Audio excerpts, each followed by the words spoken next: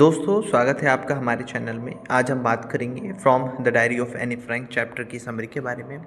इस समरी को ध्यान से सुने क्योंकि समरी अगर समझ आ गई तो चैप्टर की क्वेश्चन आंसर करना बड़ा आसान हो जाता है और हम अपनी लैंग्वेज में लिख करके बड़े आराम से आंसर कर सकते हैं। यह अध्याय एक छोटी लड़की एनी फ्रैंक की डायरी का अंश है। यह डायरी अपने अपने जीवन के अनुभवों और भावनाओं को लिखने के लिए उसने लिखी थी। एन फ्रैंक एक बहुत ही बुद्धिमान, संवेदनशील और चंचल स्वभाव की लड़की थी। वह अपनी डायरी को अपनी सबसे अच्छे मित्र मानती थी। कहानी की शुरुआत उस समय से होती है जब एनी फ्रैंक को उसके 13वें जन्मदिन पर एक सुंदर डायरी उपहार में मिलती है। वह इस डायरी को बहुत पसंद करती है और उसे अपना खास दोस्त बना लेती है। वह डायरी का नाम किटी रखती है और उसने अपने जीवन की हर महत्वपूर्ण घटना लिखना शुरू कर देती है। एनी फ्रैंक का परिवार एम्स्टर्डम में रहता था। यह एक यहूदी परिवार से थी। उस समय यूरोप में यहूदियों के साथ बहुत बुरा व्यवहार किया जाता था क्योंकि एडोल्फ हिटलर की नाजी सरकार ने यहूदियों के खिलाफ कठोर नियम बना रखे थे। इन नियमों के कारण यहूदियों की स्वतंत्रता बहुत सीमित हो गई थी।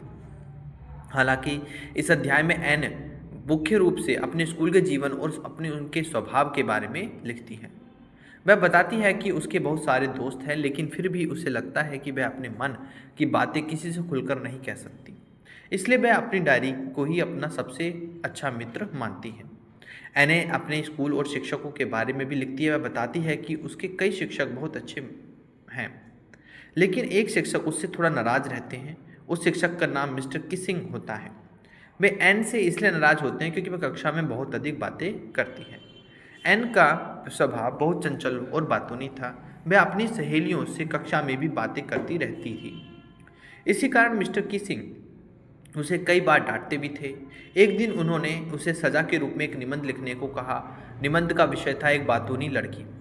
एने ने इस विषय पर एक अच्छा निबंध लिखा और उसमें यह समझाने की कोशिश की कि लड़कियों का बातूनी होना स्वाभाविक है।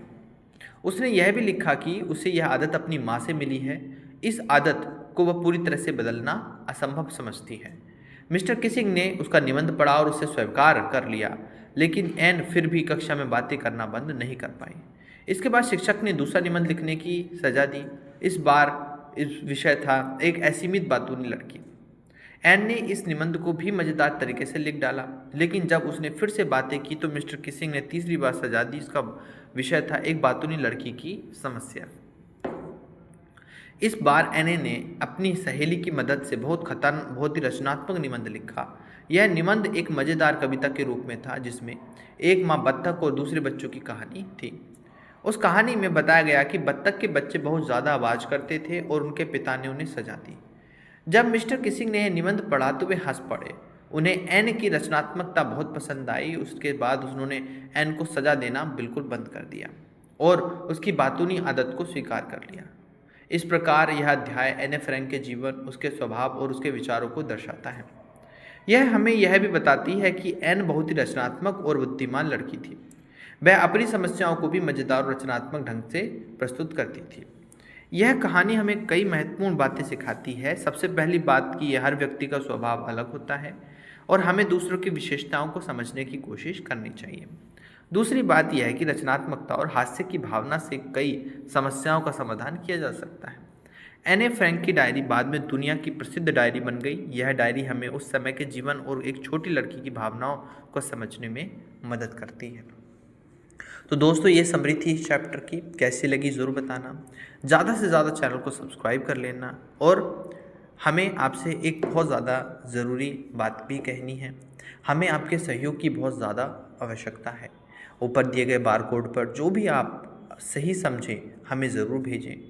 ये हमारी सम्मान राशि होगी और इस मुहिम में हमारा सहयोग ज़रूर करें।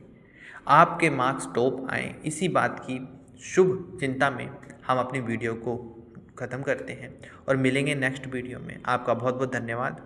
Good luck.